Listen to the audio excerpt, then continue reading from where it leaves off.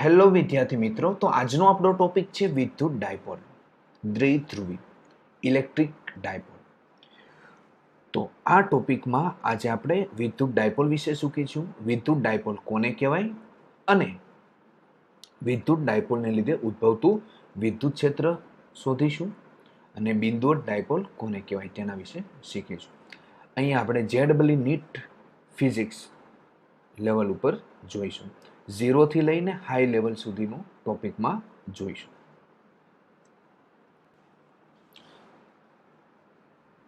અહીં effort institute દ્વારા effort doubt launch થયેલું છે. તો એફર્ટ ડાઉટમાં શું છે તેના વિશે હું તમને અભ્યાસ કરાવી દઉં.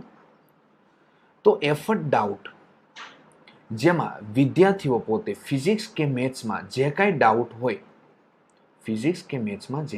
હોય તે ડાઉટને તમે તમારા મોબાઈલમાંથી ફોટો પાડી લ્યો અને તે ડાઉટ છે એટલે કે જે તમારો પ્રશ્ન છે એને 9714486856 પર તમે વોટ્સઅપ કરો, જેથી તમને તેનો જવાબ તરત મળી જશે. ઓકે, તો એફર્ટ ડાઉટ આ જે પોસ્ટ છે તમે મેક્સિમમ વિદ્યાર્થીઓને શેર કરો ફેસબુક ઉપર, તમારા વિદ્યાર્થી ગ્રુપમાં આ વસ્તુ તમે જણાવી દો. હવે જોઈએ વિદ્યુત ડાયપોલ. તો એકબીજાથી અમુક એટલે કે 2a અંતરે રહેલા બે સમાન અને વિરુદ્ધ પ્રકારના વિદ્યુત ભારો ની જોડને વિદ્યુત ડાયપોલ કહેવામાં આવે છે. તો નીચે આકૃતિ બતાવેલી છે, જો Q અને Q સમાન પ્રકારના વિદ્યુત ભારો છે, પરંતુ અહીંયા ચિહ્ન જો અહીંયા ઋણ વીજભાર છે તો અહીંયા ધન વીજભાર છે. બંને વચ્ચેનું અંતર છે 2a. તો આ જે રચના છે એને શું કહેવામાં આવે છે? વિદ્યુત ડાયપોલ કહેવામાં આવે છે. હવે બે વિદ્યુત ભારને જોડતી રેખા અવકાશમાં એક દિશા નક્કી કરે છે. જે દિશા કઈ તરફ હોય છે? ઋણ વિદ્યુત ભારથી ધન વિદ્યુત ભાર તરફ હોય છે.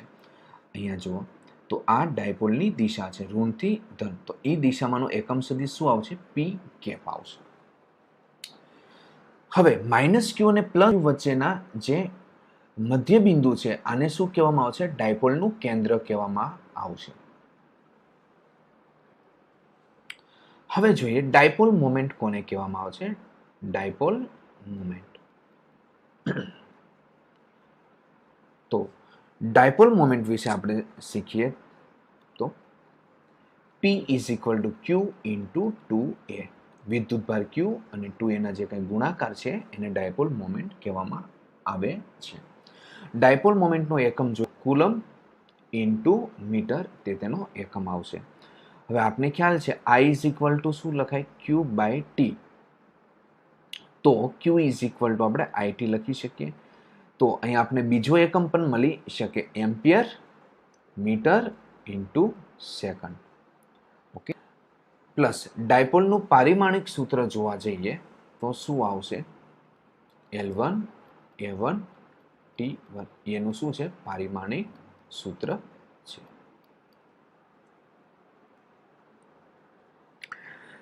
હવે જોઈએ અહીંયા આપણે બિંદુવત ડાયપોલ કોને કહેવાય, એટલે કે બિંદુ ડાયપોલ એટલે શું? આ પ્રશ્ન છે. તો અહીંયા જે 2a છે એ ખૂબ એટલે ખૂબ નાનું હોય, પણ કેટલું નાનું હોય? આપણે લઈ લઈએ લિમિટ 2a → 0. એટલે આનો મતલબ શું થાય કે 2a ખૂબ જ નાનું હોય તો આ પ્રકારના ડાયપોલને શું કહેવામાં આવે છે? બિંદુ ડાયપોલ કહી શકાય. ઓકે, અથવા બીજું તમે લઈ શકો કે Q છે એ →∞ હોય, એની લિમિટ કેટલી હોય છે? Q →∞. તો પણ આ પ્રકારના ડાયપોલને શું કરી શકાય? બિંદુવત ડાયપોલ તમે કહી શકો. ઓકે,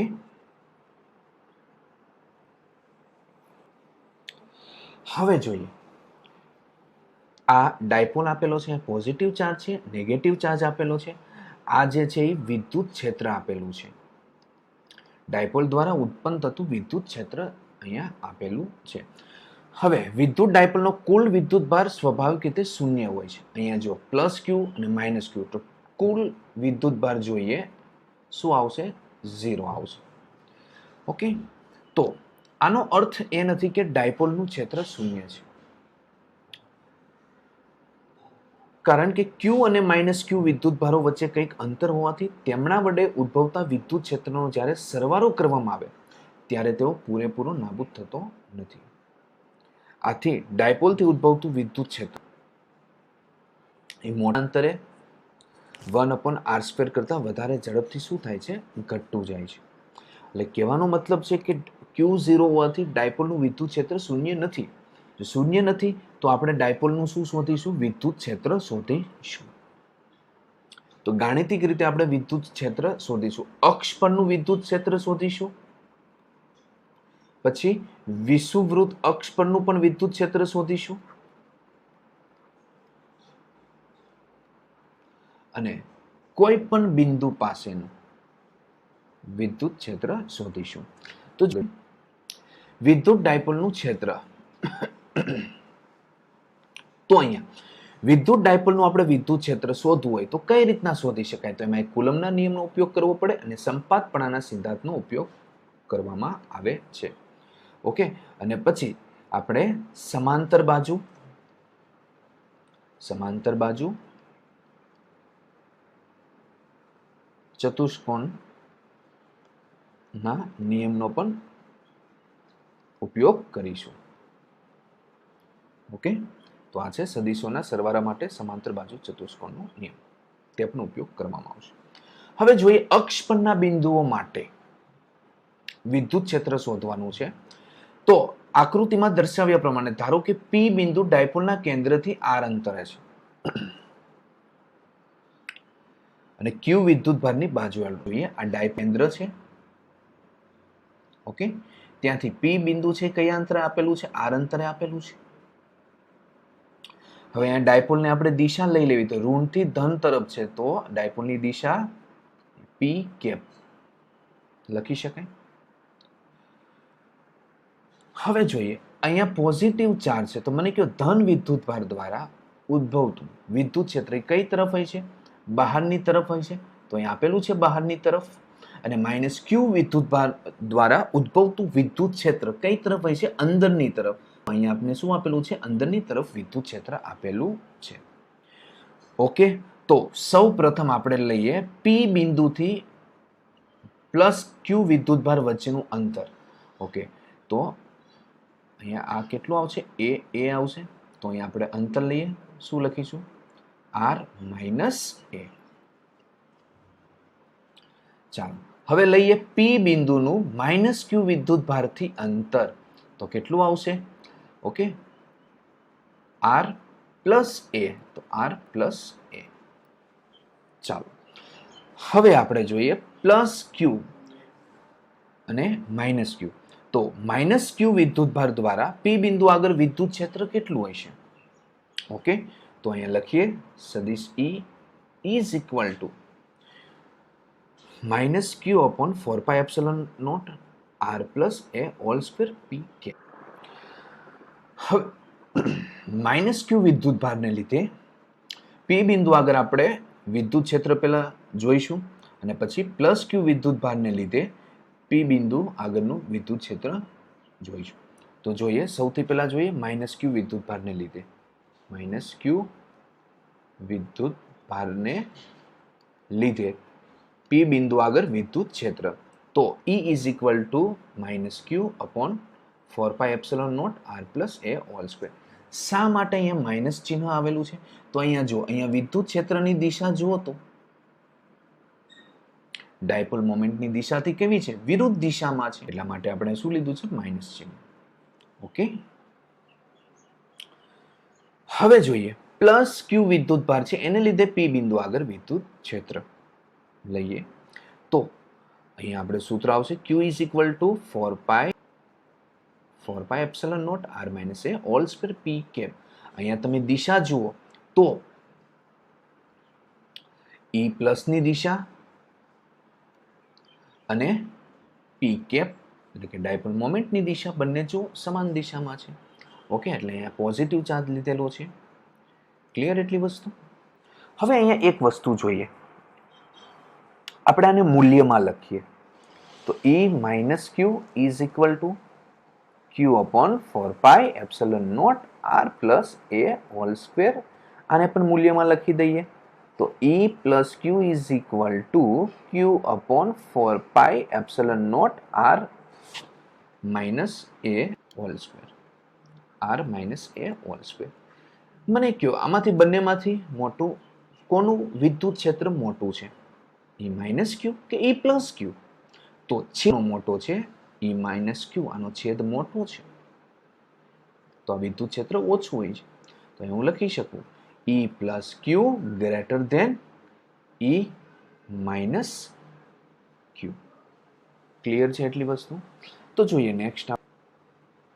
ઓકે, અહીંયા P બિંદુ પાસે કુલ વિદ્યુત ક્ષેત્ર બંનેનો સદિશ સરવાળો થશે. ચાલો, તો E પ્લસ ક્યુ ની વેલ્યુ મૂકી દીધી, E માઇનસ ક્યુ ની વેલ્યુ મૂકી દીધી. Okay, Q upon 4 pi epsilon not આપણે કોમન કાઢી નાખ્યા. હવે અહીંયા આપણે જોઈએ તો Q by 4 pi epsilon not. તો આને આપણે શું લખીશું? એલસીએમ લઈએ તો કેટલું આવશે? R square minus a square whole square. તો અહીંયા આર પ્લસ એ whole square minus r minus એ હોલ સ્ક્વેર લખી શકાય. હવે આપણે જોઈએ Q upon 4 pi epsilon not. તો અહીંયા આપણે લખીશું r square plus 2 r a plus A square minus r square minus 2 r a plus A square upon R square minus a square whole square. હવે માઇનસ ચિહ્ન આપણે અંદર જવા દઈએ તો શું થશે? ઓકે, તો જે પ્લસ છે એ શું થઈ જશે? માઇનસ. માઇનસ છે તે પ્લસ, પ્લસ છે તે માઇનસ. તો r square cancel, a square cancel. તો ફાઇનલ આપને મળશે Q upon 4 pi epsilon not 2 plus 2 તો 4 a r upon R square minus a square whole square p cap. ચાલો, ઓકે. હવે આપણે જોઈએ એક શરત લઈએ, r greater or greater a. R છે એટલે કે પી બિંદુ છે એ કરતા ખૂબ જ વધારે અંતર પાસે હોય તો અહીંયા લખી શકાય. એને આપણે શું કરી નાખવું? અવગણી નાખીશું. તો અહીંયા એને અવગણી નાખો. ઓકે, તો શું લખાશે? કયું સૂત્ર આવશે? E is equal to 4QA upon 4 pi epsilon nought R Q into P cap. Clear? આ શરત માટે જ આ સૂત્ર કેવું છે? સાચું છે. હવે જોઈએ, આપને ખબર છે ડાયપોલ મોમેન્ટ ને કઈ રીતના લખાશે? તો P is equal to Q into 2A. Okay, તો અહીંયા આપણે શું કરીશું? Q into 2A into P cap, એટલે કે Q into 2A into P cap બરાબર શું લખી નાખશું? સદિશ P. ઓકે, તો અહીંયા લખી નાખો. તો ફાઇનલ આપને સૂત્ર કયું મળશે? સદિશ E ઇઝ ઇક્વલ ટુ 2 સદિશ P upon 4 pi epsilon nought R Q. ચાલો, અહીંયા થોડુંક આપણે વધારે હજી શીખીએ. આ જે ડાયપોલ હતો એને આપણે ક્યાં મૂકેલો છે? શૂન્ય અવકાશમાં મૂકેલો છે. શૂન્ય અવકાશમાં. પરંતુ કે ડાઇલેક્ટ્રિક અચળાંક ધરાવતા જો માધ્યમમાં મૂકેલો હોય ડાયપોલને તો તેનું વિદ્યુત ક્ષેત્ર માટેનું સૂત્ર શું આવશે? તો E is equal to 2P upon 4 pi epsilon not K into R cube. આ સૂત્ર આપણે લખી શકાય. ઓકે, કારણ કે તમને ખ્યાલ છે E dash is equal to E by K. કેટલામાં ભાગનું હોય છે? K માં ભાગનું હોય છે. તો આ સૂત્રનો ઉપયોગ કરી શકો. આ સૂત્ર અહીંયા પણ તમે એ સૂત્ર લખી શકો છો. E dash is equal to Q upon 4 pi epsilon not K 4AR upon R square minus a square whole square p કે. ચાલો, આ વસ્તુ ક્લિયર છે તમને? ઓકે, હવે આપણે આગળ વિષુવરેખીય સમતલ પરના બિંદુઓ માટે વિષુવરેખીય સમતલ. તો અહીંયા જુઓ પ્લસ ક્યુ માઇનસ ક્યુ, આ એક ડાયપોલ આપેલો છે. આ ડાયપોલની આપણે દિશા બતાવેલી છે તો એ દિશામાંનો એકમ સદિશ બતાવેલો છે. હવે આપણે લીધેલું છે એક્સ અક્ષ, લઈ લઈએ આપણે વાય. તો વાય અક્ષ પરનું બિંદુ આપેલું છે, પી બિંદુ આપેલું છે. તો પી બિંદુ પાસે આપણે શું શોધવાનું છે? વિદ્યુત ક્ષેત્ર.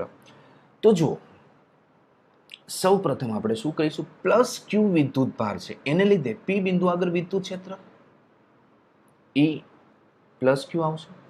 કઈ તરફ આવશે? બહારની તરફ આવશે દિશા. હવે માઇનસ ક્યુ વિદ્યુત ભારને લીધે વિદ્યુત ક્ષેત્ર સદિશ ઈ માઇનસ ક્યુ, પણ કઈ તરફ આવશે? અંદરની તરફ આવશે. ચાલો, આ વસ્તુ ક્લિયર થઈ ગયું છે. હવે જોઈએ પ્લસ ક્યુ અને પી વચ્ચેનું અંતર શું આવશે? તો પાયથાગોરસ મુજબ જોઈએ તો શું આવશે? આર સ્ક્વેર પ્લસ એ સ્ક્વેર. ઓકે, અહીંયા પણ અંતર કેટલું આવશે? સ્ક્વેર પ્લસ એ સ્ક્વેર. ચાલો, અહીંયા પી પરનો પરિણામી સદિશ શું આવશે? ઈ. હવે જોઈએ, સૌ પ્રથમ તો એ જોઈએ પ્લસ ક્યુ અને પી વચ્ચેનું અંતર અને માઇનસ ક્યુ અને પી વચ્ચેનું અંતર કેવું છે? સરખું છે. તો તેના પી બિંદુ આગળ વિદ્યુત ક્ષેત્રના મૂલ્યો પણ કેવાય છે? સરખાય છે. ઓકે, તો અહીંયા આપણે જોઈએ E plus Q is equal to લખાય Q upon 4 pi epsilon not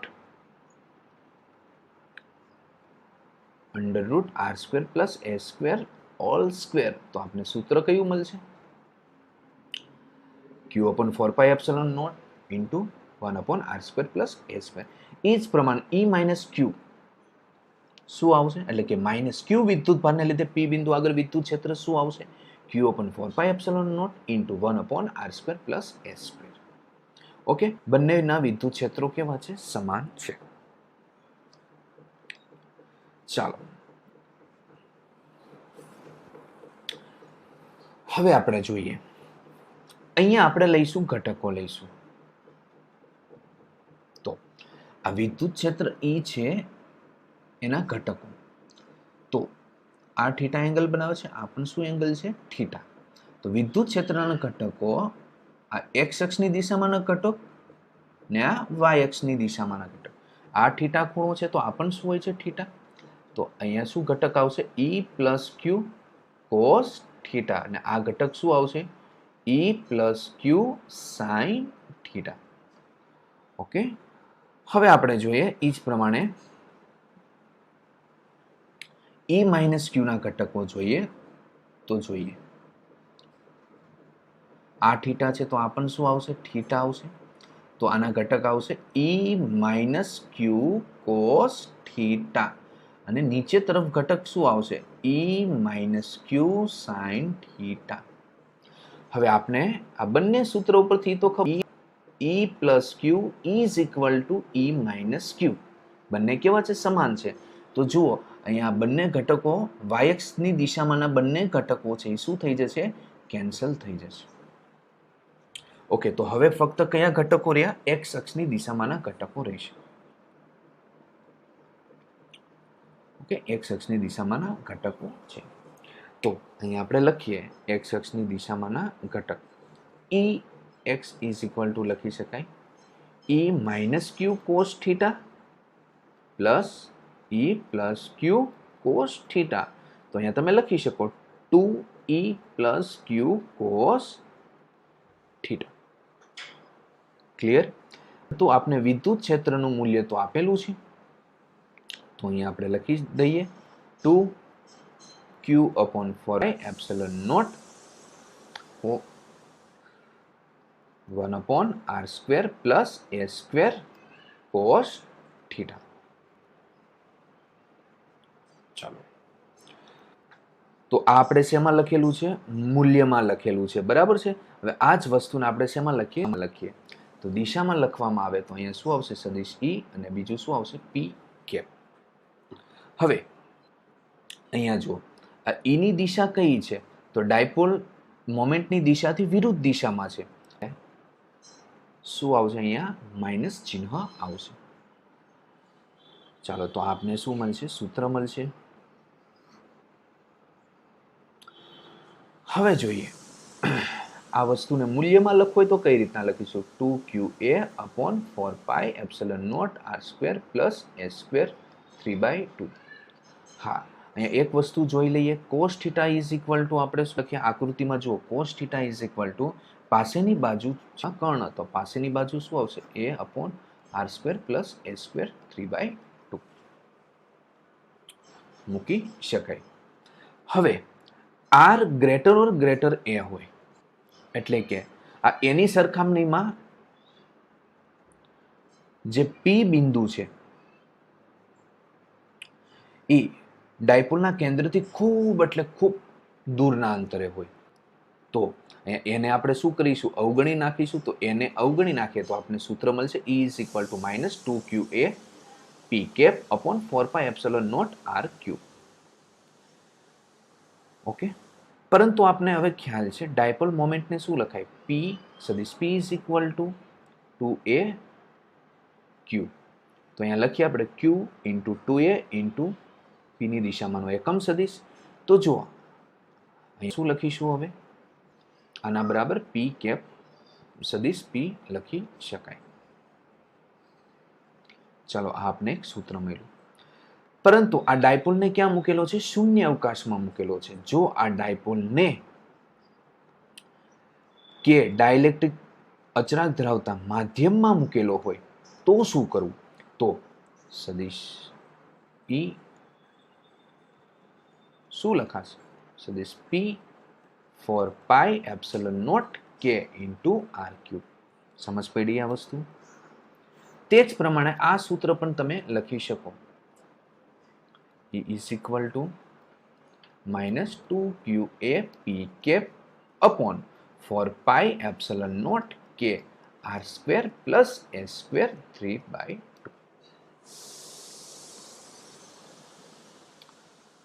જોઈએ હવે અહીંયા આપણે તમે જોઈ શકો છો અહીંયા r ક્યુબ આપેલું છે. ઓકે, આગળ સૂત્રમાં પણ આપણે જોઈ લઈએ અહીંયા પણ શું આપેલું છે r ક્યુબ. તો અહીંયા જોઈએ મોટા અંતરે ડાયપોલનું વિદ્યુત ક્ષેત્ર 1/r² તરીકે નહીં પરંતુ 1/r³ મુજબ ઘટે છે. ઓકે, આ ઉપરાંત ડાયપોલના વિદ્યુત ક્ષેત્રનું માન અને દિશા માત્ર અંતર r પર જ આધારિત નથી પરંતુ સ્થાન સદિશ r અને ડાયપોલની ચાક માત્રા p વચ્ચેના ખૂણા ઉપર પણ આધાર રાખે છે. ઓકે દોસ્તો, આ પણ વસ્તુ આપણે ધ્યાનમાં રાખવાનું છે.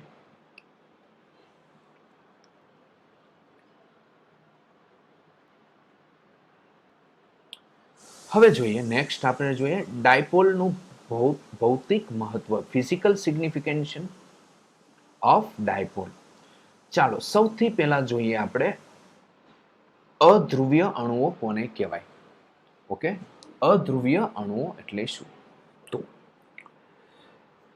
મોટા ભાગના અણુઓ માટે ધન વિદ્યુત ભારનું કેન્દ્ર અને ઋણ વિદ્યુત ભારનું કેન્દ્ર એક જ સ્થાને હોય છે.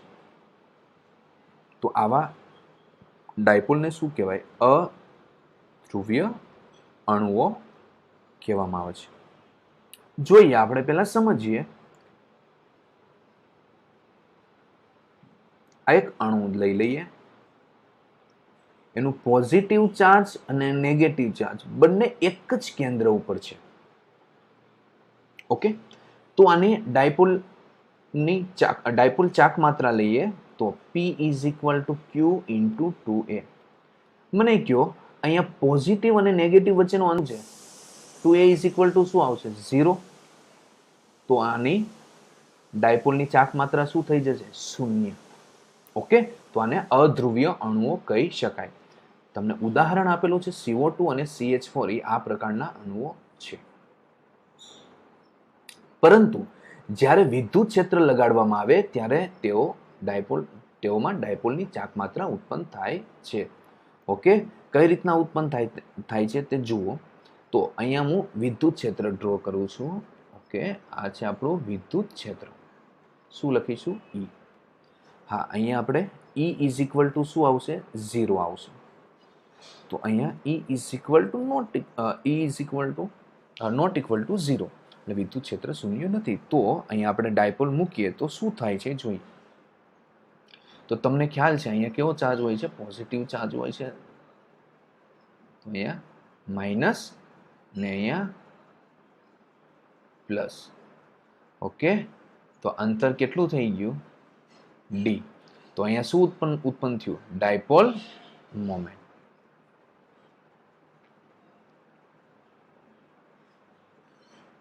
ડી ઇઝ ઇક્વલ લઈ લે 2a. તો અહીંયા શું ઉદ્ભવ્યું? Dipole moment. ક્યારે? વિદ્યુત ક્ષેત્ર આપવામાં આવે ત્યારે. ક્લિયર છે એટલી વસ્તુ? નેક્સ્ટ ટોપિક, ધ્રુવીય અણુઓ કોને કહેવાય? તો કેટલાક અણુઓમાં ધન અને ઋણ વિદ્યુત ભારના કેન્દ્રો સંપાત થતા નથી, તેથી વિદ્યુત ક્ષેત્રની ગેરહાજરીમાં પણ તેઓ કાયમી વિદ્યુત ડાયપોલ ચાક માત્રા ધરાવે છે. તો આવા અણુને ધ્રુવીય અણુઓ કહી શકાય. ઓકે, તો જુઓ, હવે અહીંયા વિદ્યુત ક્ષેત્ર શૂન્ય હોય તો પણ કેટલાક અણુ છે શું હોય છે? એની રચના આ પ્રકારની હોય છે, એટલે કે અહીંયા પોઝિટિવ ચાર્જ હોય, અહીંયા નેગેટિવ ચાર્જ હોય છે, અને બંને વચ્ચેનું અંતર કેટલું હોય છે? D is equal two 2a. Okay, એટલે વિદ્યુત ક્ષેત્રની ગેરહાજરીમાં પણ આ શું ધરાવે છે? ડાયપોલ મોમેન્ટ ધરાવે છે, q ઇન્ટુ 2, એટલે કે ડાયપોલ ચાક માત્ર ધરાવે છે જો E બરાબર 0 હોવા છતાં. તો આને શું, આવા અણુને શું કહેવાય? ધ્રુવીય અણુઓ કહેવામાં આવે છે. જ્યારે ધ્રુવીય અણુમાં શું હોય છે? જ્યારે વિદ્યુત ક્ષેત્ર આપવામાં આવે ત્યારે આ ડાયપોલ ચાક માત્રા ધરાવે છે. જો વિદ્યુત ક્ષેત્ર શૂન્ય હોય તો ડાયપોલ ચાક માત્રા પણ શૂન્ય. તો આમાં એક્ઝામ્પલ આવશે H2O. હવે જોઈએ નેક્સ્ટ JEE નીટના ટોપિક. જો તમારે અભ્યાસ કરવો હોય તો નેક્સ્ટ JEE નીટનો ટોપિક છે કોઈ પણ બિંદુ પાસે વિદ્યુત ડાયપોલને લીધે ઇલેક્ટ્રિક ફિલ્ડ. ઓકે, આના પ્રશ્ન તમે જુઓ તો JEE નીટ, JEE એડવાન્સ અને બીટસેટ જેવી એક્ઝામમાં પૂછાયેલા છે. તો નેક્સ્ટ આપણે લેક્ચરમાં આ ટોપિક વિશે ડિસ્કસ કરવાની છે. ઇંગ્લિશમાં જોઈએ તો electric field intensity due to short dipole at some general point. Okay, તો આ ટોપિક વિશે ડિસ્કસ કરીશું અને પછી તેના પૂછાયેલા પ્રશ્ન વિશે પણ આપણે ડિસ્કસ કરીશું. પૂછાયેલા પ્રશ્નો વિશે.